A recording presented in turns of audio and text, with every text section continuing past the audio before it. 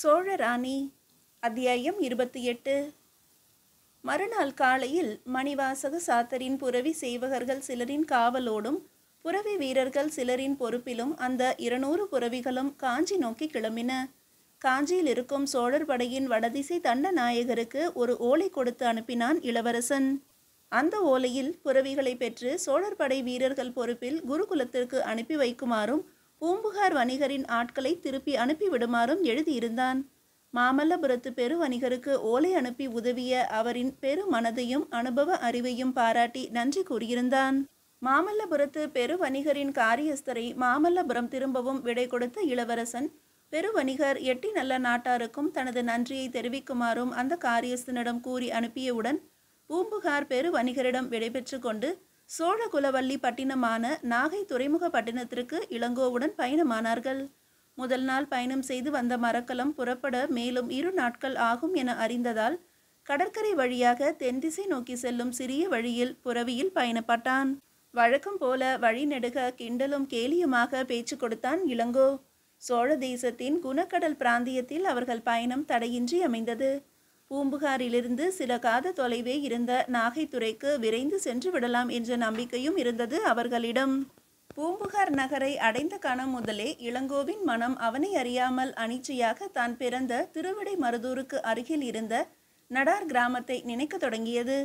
பூம்புகாரிலிருந்து குடதிசையில் சில காத தொலைவில் இருந்த தனது கிராமத்தில் உலவுவது போன்ற ஒரு உணர்விலும் திளைத்தது. ஒரு முறை தனது புரவியில் ஏறி பறந்து சென்று ஊரை கண்டுவிட்டு வரலாமா என்று கூட எண்ணியது. ஆனால் அதற்கு வாய்ப்பில்லாமல் அன்று காலை சிற்றுண்டிக்கு பின் நாகை நோக்கி பயணப்பட நேர்ந்ததும் லேசான ஏமாற்றத்தையும் அவன் இதயம் உணர்ந்தது. பூம்புகாரிலிருந்து பக்கம் பக்கமாக புரவி மீது சென்றபோது புரவிகளை மெல்ல நடக்க விடாமலும் கடும் பாய்ச்சலில் விரையவும் தூண்டாமலும் நடுத்தரமான விரைவில் தனது புரவியை இளவரசன் செல்ல விட்டதால் இளங்கோவும் தனது புரவியையும் அதே போக்கில் செலுத்தினான். இடது பக்கத்தில் இருந்து வங்கக்கடலின் அலையோசை ஹோ என ஒலித்து கொண்டே இருக்க கடற்காற்றும் அந்த அலையோசையோடு போட்டி போடுவது போல விஷ் விஷ் என்று வீசிக்கொண்டிருந்தது தன் பங்கிற்கு. வழியில் கடந்த பசுமை நிறைந்த கிராமங்களும் தென்னங்கீற்று வெய்யப்பட்ட குடிசைகளும் சில இடங்களில் தெரிந்த செங்கல் கட்டிடங்களும் அடர்ந்த மரங்களும் சிற்சில இடங்களில் தெரிந்த தென்னந்தோப்புகளும் பனைமர காடுகளும் கலவையாய் ஒன்றோடு ஒன்று பின்னி பிணைந்திருப்பதாய் செல்வ செழிப்பும் வறுமையும் ஊடும் பாவுமாய் கலந்திருப்பதாய் மரங்களும் கொடிகளும் தேசத்துடன் உறவாடுவதாய் இயற்கையும் மாந்தரால் ஆன செயற்கையும் கலந்த புதிய பரிமாணங்கள் பரிமளிப்பதாய் எண்ணிய இளவரசன் காத தொலைவு வரை ஏதும் பேசாமல் இயற்கையை ரசித்தபடி பயணித்தான். அந்த சிறிய பாதை சில இடங்களில் கடற்கரையை ஒட்டி பெரும் கடலின் கருநிற பரப்பு கண்களுக்கு தெரியும் வண்ணமும் சில இடங்களில் கடற்கரையை விட்டு விலகி அறவே கடல் பரப்பு தெரியாத வண்ணமும் வளைந்து வளைந்து நீண்டு சென்றது. சோழ சாம்ராஜ்யத்திலும் வேங்கியிலும் பல பகுதிகளில் புரவியில் பயணித்திருக்கிற இளவரசனுக்கு இந்த பாதை வித்தியாசமாக பட்டது. அன்று மாலை வேளையிலும் சிறு சிறு கடற்துறை பட்டினங்களை கடந்தபோது அங்கு வாழ்ந்த சில வணிகரிடம் புரவிகள் பற்றி விசாரித்தான் இளங்கோ. அவர்களிடம் புரவிகள் இல்லை என தெரிந்ததால் பயணம் மேலும் தொடர்ந்தது. 2 நாட்களுக்கு முன்பு மாமல்லபுரத்து பெரு வணிகரின் மாளிகையுள் நிகழ்ந்தவற்றை இளங்கோவின் இதயம் திடுமென நினைவூட்டியது. ஆமாம் இளவரசே என ஏதோ வினவ நினைத்து இளவரசனின் முகத்தை பக்கவாட்டில் திரும்பி நோக்கினான். திடுமென சிந்தனை கலந்த இளவரசனும் திரும்பி இளங்கோவை பார்த்தான். நாம் மாமல்லபுரத்தை அடைந்த அன்றைய இரவில் நானும் படைத்தலைவரும் சுங்கத்துறைக்கு சென்றிருந்த போது தாங்கள் பயண மாளிகையிலிருந்து எங்கு சென்றிருந்தீர்கள் இளவரசே என கேட்டான் இளங்கோ. நான் எங்கும் செல்லவில்லை அப்பனே, அறையை விட்டு என்றான் இளவரசன். பின் எப்படி இளவரசே எட்டி நல்ல நாட்டாரிடம் 200 புரவிகளும் 50 குட்டி புரவிகளும் இருப்பதாக கூறினீர்கள்? நீங்கள் இருவரும் அறையை விட்டு சென்ற பின் விடுதி காரியஸ்தனை அழைத்து உரையாடினேன். அவன் ஊழியன் ஒருவனை பெரு வணிகரின் மாளிகைக்கு அனுப்பி விவரம் அறிந்து வந்து கூறினான் காரியஸ்தன் என்றான் இளவரசன் புன்னகை தோன்ற பார்த்து. அதுதானே நினைத்தேன். அது இருக்கட்டும், அந்த பெருவணிகர் கொடையாக அளிக்க முன்வந்த புரவிகளை ஏற்க மறுத்து என்ன அப்படி நெடுநேரம் பிடிவாதம் பிடித்தீர்கள்? ஏராள செல்வ செழிப்பில் மிதக்கிறீர்களோ என்றான் தனது புரவியை மேலும் சில அடிகள் பக்கவாட்டில் செல்லவிட்ட வண்ணம். ஏய், நான் செல்வ செழிப்பில் இல்லைதான், அதற்காக அனைவரிடமும் இறந்து நிற்க வேண்டுமா என விடைப்பாக கேட்டான் இளவரசன். இருப்பினும் தாங்கள் மிகவும் மோசம் இளவரசே. உரிமையுடைய அரியணையே யாருக்கோ தாரை வார்க்க நினைக்கும் தாங்கள், ஒரு பெரும் போர் திட்டத்திற்காக அலைந்து கொண்டிருக்கும் தாங்கள், ஒரு சக்கரவர்த்தியைப் போலவும் கருதி கொண்டு பொற்காசுகளை வாரி வழங்க துடித்தீர்களே, அது என்ன நியாயம்? ஒரு பக்கம் அரியணை மீது பற்றற்ற துறவி மனப்பான்மை, மறுபுறத்தில் மன்னருக்குரிய தாராள மனப்பான்மை. இது முரண்பாடு இல்லையா என்ற இளங்கோ இளவரசனை தர்க்கத்துக்கு தூண்டினான். அடே, நீ எனக்கு உடனிருந்தே கொல்லும் நோய் என்று முன்பொரு நாள் கூறினேன் இல்லையா? அது முற்றிலும் சரி என்று அவ்வப்போது நிரூபிக்கிறாய். நீ நன்றாகவே வாதிடுகிறாய். சரியான வம்பனப்பா நீ. ஆனால் எதிர்காலத்தில் எங்காவது நான் அரசாள நேர்ந்தால், அதாவது என்னை ஆளும்படி விதி சதி செய்து நான் முடிதறிக்க நேர்ந்தால், நீதான் அப்போது எனக்கு அமைச்சன். அதற்குரிய முழு தகுதிகளும் உன்னிடம் நிறைந்திருக்கின்றன. இடித்து உரைப்பதில் நீ இணையற்றவன். உன் வாதம் அனைத்தும் சரிதான். என்னிடம் சில முரண்பாடுகள் இருப்பதும் உண்மைதான். உரிய விலை கொடுத்து புறவிகளை வாங்க நினைத்தது என் பிறவி குணம், போதுமா என்ற இளவரசன் வசீகரமான புன்னகை ஒன்றை உதிர்த்தபடி இளங்கோவை பார்த்தான். ஓஹோ, அப்படியா? சரிதான். ஆனால் தங்களின் பிறவி குணத்தையும் மாற்றும் வல்லமையும் அனுபவமும் அந்த மாமல்லபுரத்து வணிகரிடமும் பூம்புகார் வணிகரிடமும் நிறைந்திருப்பதை பார்த்தீர்களா என்றான் இளங்கோ. அதுவும் மெய்தான். அவர்கள் வாழ்நாட்களில் என்னை போன்ற எத்தனை இளவரசர்களையும் மன்னர்களையும் மாமன்னர்களையும் சந்தித்திருப்பார்கள். நாம் என்னதான் திறமைசாலிகளாக இருப்பினும் அவர்களின் அனுபவ அறிவுக்கு முன்பு என்ற இளவரசன் சில நிமிடங்கள் ஏதும் பேசாமல் சிந்தனை வயப்பட்டான். தொடர்ந்து மீண்டும் இளங்கோ பக்கம் திரும்பி உரையாடத் தொடங்கினான். சாஸ்திர பயிற்சிகள், கல்வி, கலைகளில் தேர்ச்சி, வீரம், விவேகம் அனைத்தையும் விட அனுபவ முதிர்ச்சி என்பது ஒரு தனி தகுதி என்பதை பல இடங்களில் உணர வேண்டியிருக்கிறது இளங்கோ என்றவன் மேலும் தொடர்ந்தான். எனது தந்தையாரை தலைநகரில் சந்தித்த போது நாம் எதிர்பாராத வண்ணம் வடதிசை தண்டநாயகர் மாமல்லபுரத்து பெருவணிகருக்கு ஓலை அனுப்பி பரிந்துரை செய்தது. அந்த வணிகரும் வீர சோழ பட்டினத்திற்கு ஆட்களை அனுப்பி புறவிகளை வரவழைத்தது. தரை வழியாக பூம்புகார் செல்வதை விட கடல் வழியாக களத்தில் சென்றால் விரைந்து சென்று விடலாம் என்று யோசனையை மாமல்லபுர பெருவணிகர் கூறியது. எனது பிடிவாதத்தை முறியடித்து அவர் என்னப்படி கொடையாகவே புறவிகளை தந்தது. விலை பற்றி பூம்புகார் பெருவணிகரிடம் நான் வினவிய போது அவர் மாமல்லபுரத்து வணிகரிடம் என்ன விலை கொடுத்தீர்கள் என வினா தொடுத்து திணற செய்தது என்று நான் அவர்களின் ஆழ்ந்த அனுபவ அறிவையும் அவர்களின் திறமையான பேச்சாற்றலையும் நன்கு உணர்கிறேன். நமது மூதாதையர்கள் எல்லாவற்றிலும் முதிர்ச்சி உடையவர்கள் என்பது தெளிவு இளங்கோ என உணர்ச்சி பூரணமான ஒலித்த குரலில் கூறினான் இளவரசன். தாங்கள் கூறுவது முற்றிலும் சரிதான் இளவரசே. இத்தனை வல்லமை இல்லையென்றால் உலகம் முழுவதும் பயணம் செய்து அவர்கள் வாணிபம் செய்ய இயலுமா என்ன? ஆங்காங்கே நிலவுகிற பல்வேறு வகையான அரசியல் நெருக்கடிகள், இடையூறுகள், மொழி பேதம், இனபேதம், இயற்கையின் இன்னல்கள் இத்தனையையும் கடந்து வெற்றி பெற முடியுமா? பேராற்றல்களை கொண்டவர்கள்தான் அந்த பெருவணிகர்கள். அதில் துளியும் ஐயமில்லை என்றான் இளங்கோவும். ஆனால் ஒன்று கூறுவேன் இளங்கோ, எதிர்வரும் நம் காலத்தில் இந்த வணிகர்களுக்கென்றே நான் ஏதாவது செய்வேன்.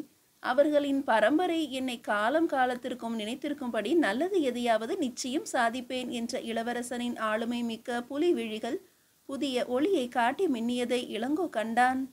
இன்னொன்றை கண்டீர்களா இளவரசே? எதை பற்றி கேட்கிறாய்? வணிகர்கள் ஏராளமான ஆயுதம் தரித்த வீரர்களை காவல் படையினரை வைத்திருப்பதைத்தான் கூறுகிறேன் இளவரசே. ஓ, அதுவா? அது அவர்களுக்கு அத்தியாவசியம்தானே. ஆனால் நாம் பயணித்த பாதை நெடுக சுங்கத்துறைகள் தவிர வேறு எங்கும் சரியான காவல் ஏற்பாடோ படை வீரர்களோ இல்லாமல் பலகாத தொலைவு கடற்கரை பிரதேசம் முழுவதும் திறந்த வெளியாக காண்பதை கவனித்தீர்களா இளவரசே என்ற இளங்கோவை புதிய கோணத்தில் புதிய வியப்பை கக்கிய விழிகளால் பார்த்தான் இளவரசன். ஏன் அப்படி பார்க்கிறீர்கள் இளவரசே? நான் ஏதும் தவறாக கூறிவிட்டேனா? அடே, சற்று முன்பு கூறினேன் அல்லவா, நீதான் எதிர்காலத்தில் எனது அமைச்சன் என்று. நீ அமைச்சன் மட்டுமல்ல, பெரும் படைத்தலைவனும் கூட என்ற இளவரசனை இடைமறித்தான் இளங்கோ. என்ன இளவரசே, இன்று எனக்கு ஏராளமான பதவிகளை வாரி வழங்குகிறீர்கள் என்றான். இல்லை இளங்கோ, உனது இந்த பார்வை சற்று அகவைக்கு மீறிய ஆற்றல் என்று நான் நினைக்கிறேன்.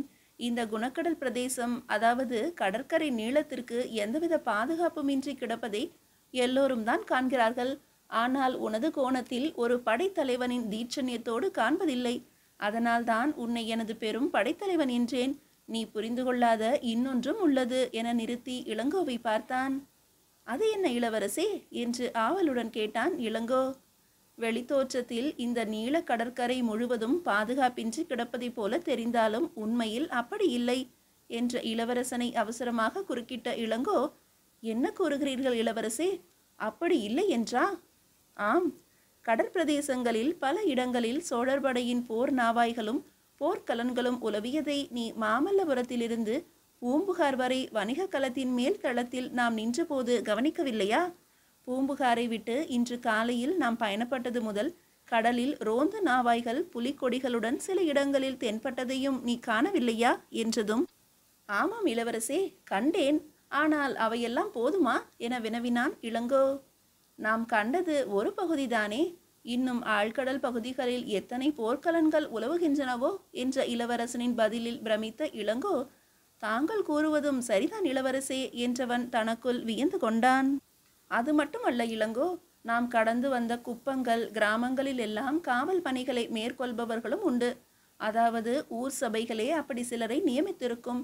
தவிர அந்தந்த பகுதிகளுக்கென்று காவல் அதிகாரிகளையும் அரசாங்கம் நியமித்திருக்கும்.